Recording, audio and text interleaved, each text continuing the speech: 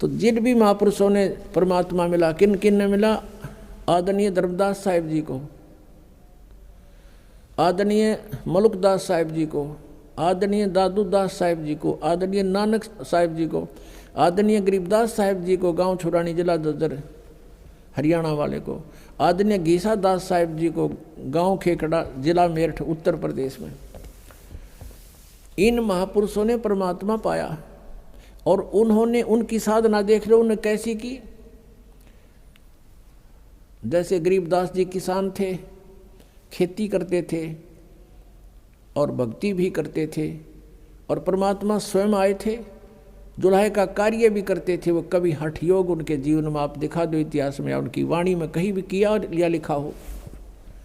ऐसे ये आदरणीय नानक साहिब जी खेती करते थे, पहले तो नौकरी करते थे, वो नौकरी भी त्याग दी। जो भगवान से परिचित हुए, सचखंड जाकर वापस आए, वहाँ देखा भगवान को, सतपुरुष को, कबीर साहिब को, वापस आते ही सब नौकरी भी त्याग दी और 12 वर्ष तक परमात्मा का प्रचार किया इधर उधर घूम फिर के। फिर परमेश्वर का आदेश हुआ कि आप बैठ जाओ, आपका विरोध बहुत हो जाएगा, काल के दूत सक्रिय हो गए हैं, आप घर पे अपना साधना करो और आने दो समय, अब इस नाम को गुप्त रखना। नानक साहिब जी को कह दिया गया था कि इस सतनाम को, ये 2 अक्षर का जो मंत्र है, ओम और दूसरा तत्, इन दोनों का जाप स्वयं नानक साहिब जी करते थे, लेकिन आगे किसी को ये नाम प्रदान नहीं किया और ना ही इस नाम का जाप करने का आदेश दिया, क्योंकि परमात्मा का आदेश था। जैसे कबीर परमेश्वर जी की वाणी में लिखा कि धर्मदास तो लाख दुहाई, ये सार नाम कितबार न जाई, ये सार नाम बार जो पढ़ी और बिचली पीढ़ी हंस नी तरही। धर्मदास तो लाख दुहाई, ये मूल ज्ञान कहीं बार न जाई, मूल ज्ञान बार जो पढ़ी, बिचली पीढ़ी हंस नी तरही। मूल ज्ञान को तब तक छुपाई जब तक 12 पंथ मिट जाई। एक तो मूल ज्ञान है, जो ज्ञान मूल ज्ञान ये ज्ञान है जो अब दास आपके समक्ष रूबरू करा रहा है। एक मूल मंत्र है सतनाम सार नाम, इनको भी गुप्त रखना था। नित्यकाल के दूत सारे यही नाम देते मिलते, वो अधिकारी वो है नहीं, और जनता भ्रमित हो जाती कि वो भी वही मंत्र देते हैं, वो भी वही साधना बताते हैं। एक कोगल है, अब वो एक कोगल भी ना छोड़ी, परमात्मा ने सीधा बख्शी। वो उआ बाई बकते हैं, एंड वेंड के नाम देते हैं, और 5 नाम काल के जानो, तब दानी मन शंका आनो। 5 काल आप पे हैं, जिसको ये तुलसीदास हाथरस वाले को ये मानते हैं कि इन्हीं की कुछ प्रेरणा पा करके तो इस शिवदयाल जी जो थे इनके परम धनी, उन्होंने प्रेरणा पा करके साधना शुरू की थी, लेकिन उनका गुरु नहीं बताते वो। तो वो 500 नामों को काल का बताते हैं, ये 5 नाम पर गाटा जोड़ रहे, तो ये कहाँ जाएंगे? ये सीधे काल के मुख के अंदर हैं।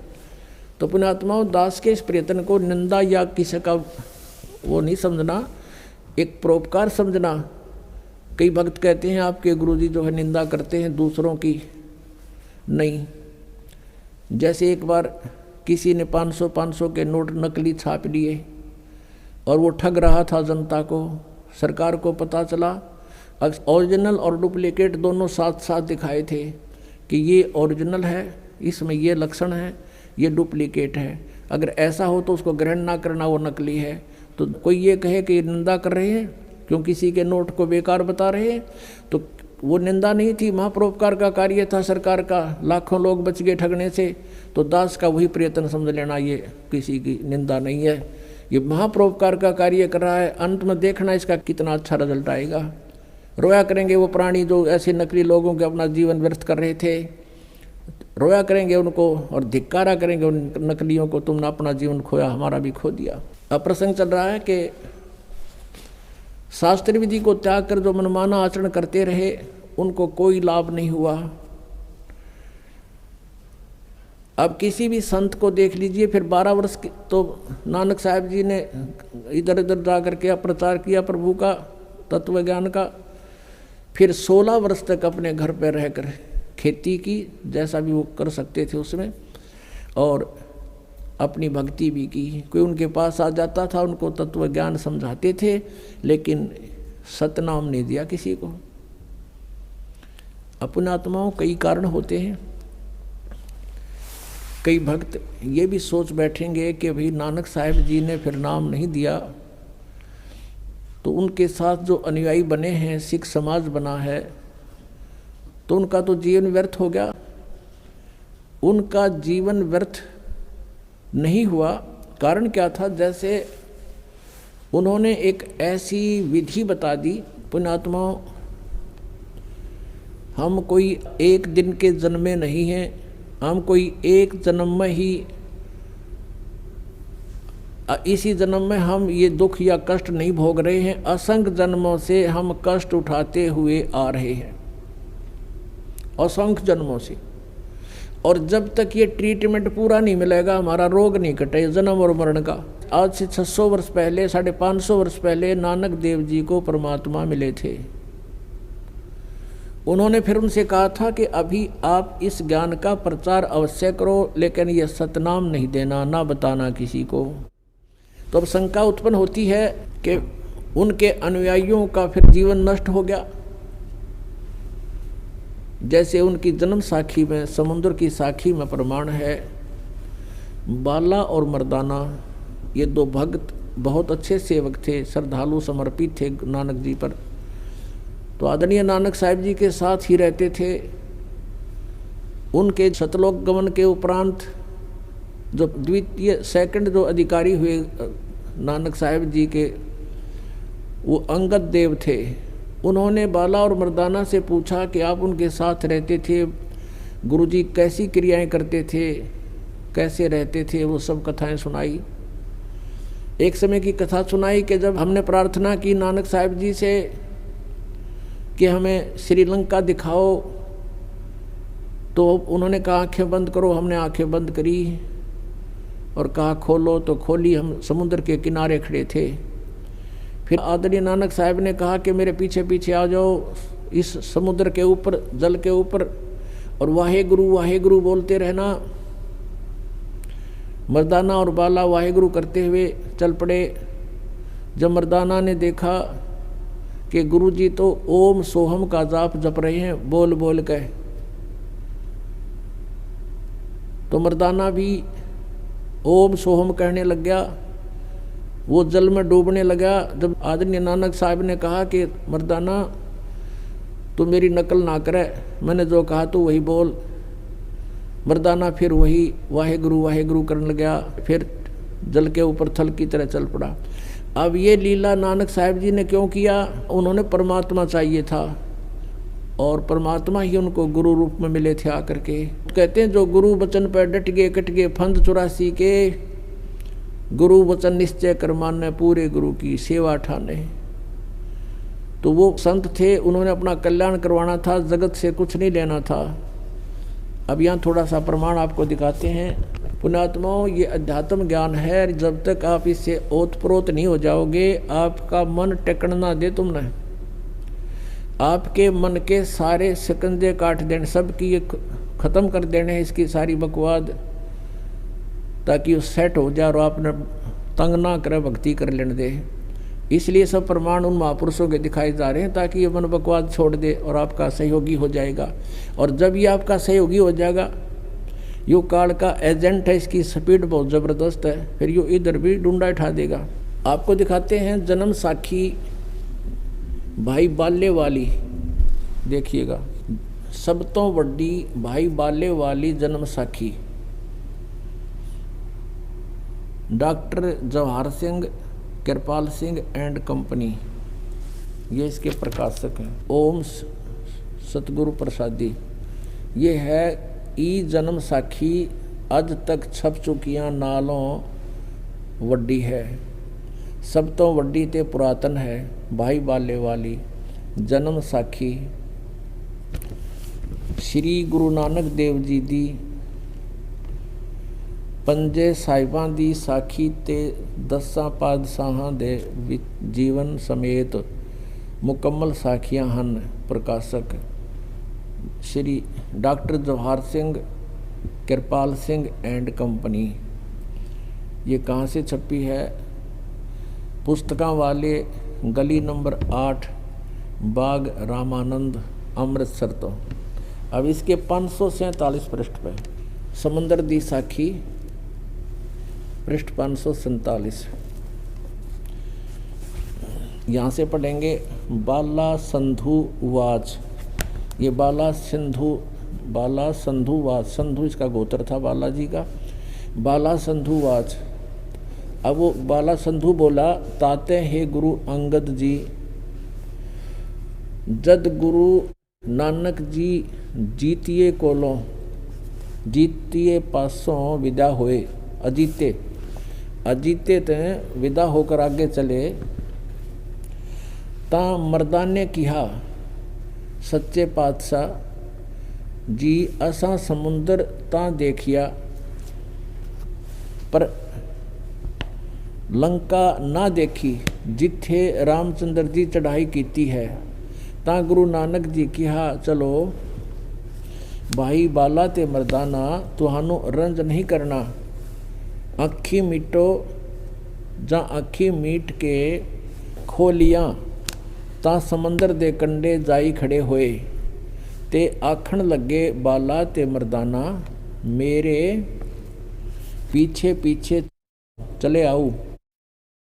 मुखों वाहेगुरु वाहेगुरु कहिंदे आओ, ते आगे आगे गुरु जी और तुर पे, जैसे धरती ऊपर तुरदे सन, उसे तरह समुंदर ऊपर तुर पे, जा चले जावण, ते पीछे पीछे बाला ते मर्दाना जावण। ता मर्दान ने विचार कीती कि गुरु नानक देव जी ओम सोहम जपदे जांदे हन। ता मर्दाना भी ओम सोहम लगा जपण, ते लगा गोते खावण। जा गुरु नानक जी देखण, ता मर्दाना गोते खांदा है। ता गुरु जी कहा, मर्दाना गुरु जी दी करनी वल नहीं देखना, गुरु दे बचना पर चलना चाहिए। तू मर्दाना ओहे आख, जे असा आखिया है। ता मर्दाना फिर लग्या वाहे गुरु कहण, ता फिर चल जल ऊपर उसे तरह तुरन लगा। ये हो सकता आपका पंजाबी ना समझ में आई और नहीं पढ़ सकते हो तो एक हिंदी और दिखाते हैं, के द्वारा अनुवादित है, देखिएगा। क्योंकि दास का उद्देश्य है कि संशय का नाश करूं कति। यह भाई बाले वाली श्री गुरु नानक देव जी की जन्म साखी, भाई चतर सिंह जीवन सिंह अमृतसर से ये प्रकाशित है। ये इसके प्रकाशक है। इसके 559 पृष्ठ पर लिखा है, ये वही है। पंजे साहिब और 10 पातशाह का जीवन संपूर्ण साखियां सहित दर्ज है। प्रकाशक चतर सिंह जीवन सिंह अमृतसर से। इसके केवल प्रकाशक और अनुवादक बदले हैं, बाकी वो मैटर जो का त्यों है। ये है 559 पृष्ठ। और समुद्र दी साखी।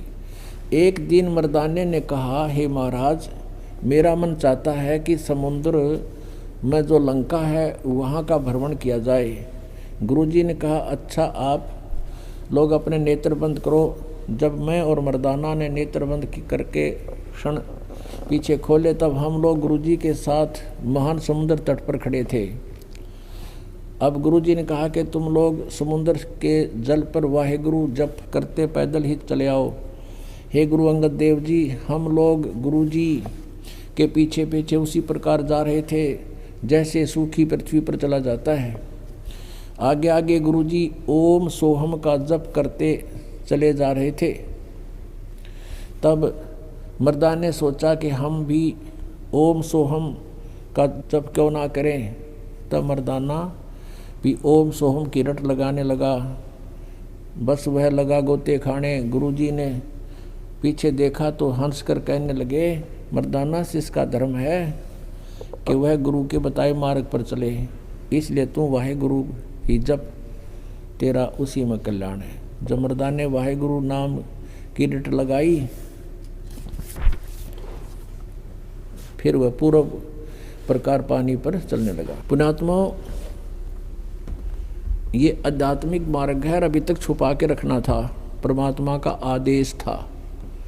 इसी में हमारा हित था जो महापुरुषों ने परमात्मा की आज्ञा का पालन किया। अब पूरे सिख समाज में ये मंत्र नहीं है, और इस कारण से क्योंकि गुरुजी ने मना कर दिया तो ये सपने में भी नहीं, इसका जिक्र भी नहीं किया किता है। और गुरु ग्रंथ साहिब के अंदर जब संग्रह करने लगे अंगद देव जी, वैसे इनका संग्रह तो गुरु अर्जुन देव जी ने किया था, फिर भी वाणी सभी महापुरुषों ने जैसे जैसे लिखी थी उस समय इस उद्देश्य से कि गुरु जी का आदेश है, ये मंत्र किसी के हाथ नहीं लगे, इसका जाप नहीं करना, किसी को पता भी ना लगे, इसलिए गुरु ग्रंथ साहिब की जो संग्रह किया वाणियों का, उस समय वो वचन ही छोड़ दिए जिसमें क्लियर मंत्र था, वो सब वाणी छोड़ दी। और इसलिए कि कहीं किसी के हाथ लग जाए और वो जाप ना कर ले, गुरु जी की आज्ञा की अवहेलना हो जाएगी। तो एक प्राण संगली बना रखी है सिख समाज ने ही, उस प्राण संगली के अंदर ये मंत्र लिखे हुए हैं, गुरु जी के वो शब्द लिखे हुए हैं जिसमें ये मंत्र स्पष्ट लिखा हुआ है कि ये जाप जप। और उसमें ये लिखा प्राण संगली के अंदर, गुरु ग्रंथ के समय संग्रह करते समय ये वाणियाँ बच गई थी, इनको अलग से संग्रह कर करके, और महले पहले की वाणी है, ये प्राण संगली नाम से पुस्तक प्रकाशित की गई है। अब इसका कारण क्या था? अब आपके शंकाएं उत्पन्न होंगी कि सिख गुरु नानक देव जी ने ऐसा क्यों किया, समाज को तो इसे वंचित रख दिया, यही मूल मंत्र है, इसी से कल्याण संभव है। अपने आत्माओं, जैसे हम डॉक्टर के पास जाते हैं, डॉक्टर हमें देखता है कि इसको कोई अन्य ऐसी तकलीफ है, यदि अब इसको ये इंजेक्शन लगाए जाते हैं तो ये काम नहीं करेंगे, तो उसके लिए क्या करता है, वो ग्लूकोज शुरू कर देता है, उसमें कुछ ऐसी औषधियाँ शक्ति की जिससे शरीर खराब ना हो, ऐसी औषधि डाल करके, ऐसे इंजेक्शन ला करके उसको चालू कर देता है, और वो फिर उसके कारण से वो शरीर नष्ट नहीं होता। तो हमारी जो भक्ति का प्रारूप बिगड़ गया और इसमें ठग ज़्यादा प्रवेश हो गए। परमात्मा ने अपना वचन के आधार से इस समय तक इस भक्ति को लाना था, आप जी को भी भक्ति की आस्था में रखना था। इसलिए कोई किसी भी देव की पूजा करता था और उसके पुराने संस्कार, पिछले जन संस्कार अच्छे थे, तो परमात्मा आपको आपत्ति आने पर मदद करता था। ये करता था वो कबीर परमेश्वर ही। और हम ये सोचते थे कि मैं श्री कृष्ण जी की पूजा करता हूँ, मेरे भगवान श्री कृष्ण ने आज मुझे ऐसा लाभ दे दिया। परमात्मा ने इस चीज़ की कोई चिंता नहीं, वो ये चाहते थे कि आस्था बनी रहे इनकी भगवान में, वो चाहे पत्थर की मूर्ति पूज कर भी अपनी आस्था बना रहे, इससे मुझे लाभ हो गया तो कोई प्रॉब्लम नहीं, करते रहेंगे। इस समय तक इस भक्ति को और आपको दोनों को आस्था बनाए हुए यूं का यूं रखना था। अब जैसे गुरु नानक देव जी ने भंडारे शुरू किए, पहले तो उनके अपनी खेती से वो स्वयं अपना भंडारा अपने घर से ही करते थे। जितने भी 100-200 पहले भगत थोड़े ही आते थे नानक साहिब के पास, तो अपने ही घर से सबको भंडारा भोजन करवाते थे। फिर धीरे धीरे ज्ञान देते थे कि भाई भक्ति करनी चाहिए और धर्म करना चाहिए, भंडारा करना चाहिए, भूखा भोजन देते हैं पहुँचेंगे प्रमाण, धर्म तो 10 का नहीं 10 का 3 लोग, खैर आए तुम्हें खैर है कीजिए आत्मपोख। फिर धीरे धीरे अनुयायियों को समझ में आने लगा कि हे प्रभु कुछ हमारा भी पुण्यदान हो, हम तो आपका ही खा रहे हैं सारा, हमारा कल्याण कैसे होगा।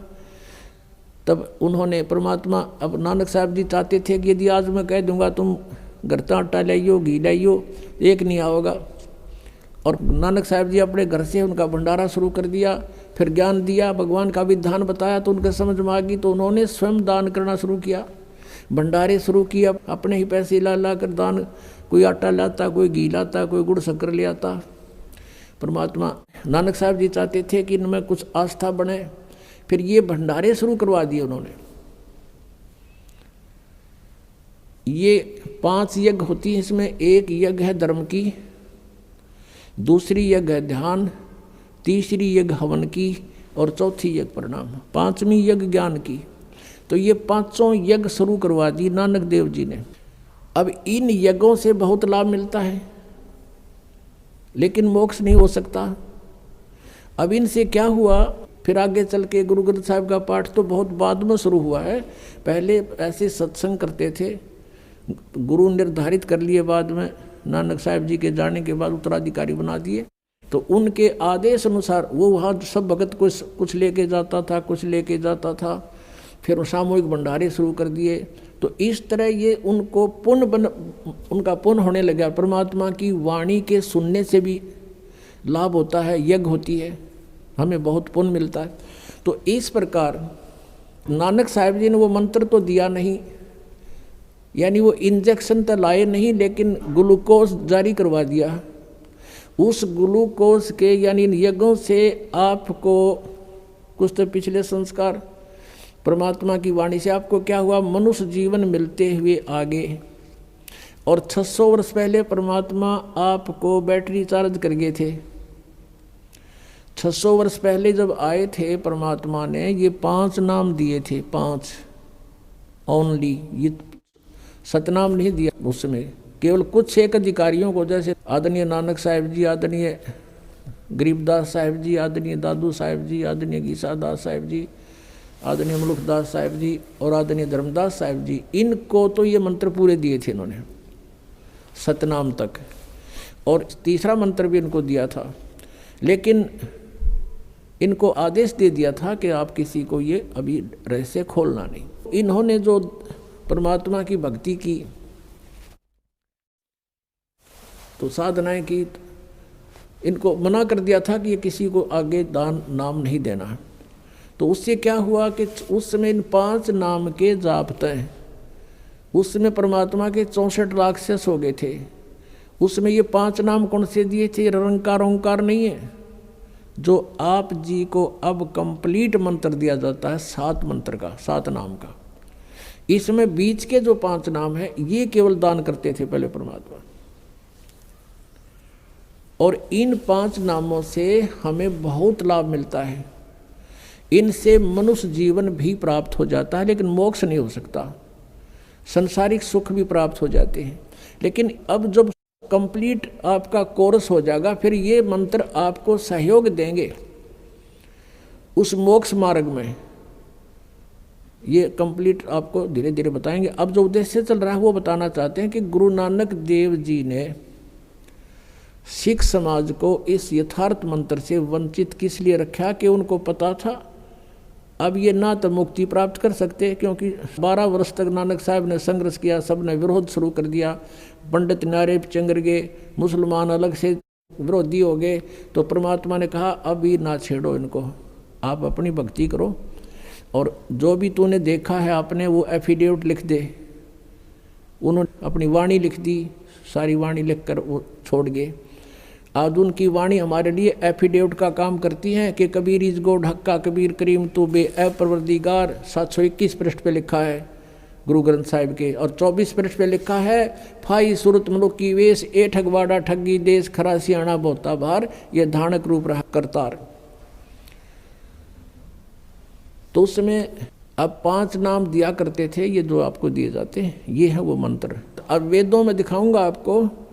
परमात्मा ने कहा कि वेद मेरा भेद है, पर मैं ना वेदन के माही, और जौन वेद से मैं मिलूँ वो वेद जानते नाही। वेदों में सांकेतिक नाम है, ऐसे ही 5 नाम भी वो परमात्मा देता है। वो परमात्मा 7 नाम भी देता है। वो परमात्मा 3 नाम का मूल मंत्र भी देता है, और अलग से वो फिर उन 2 मंत्र दे करके वो तीसरे मंत्र का वो तीसरा नाम भी प्रदान करता है।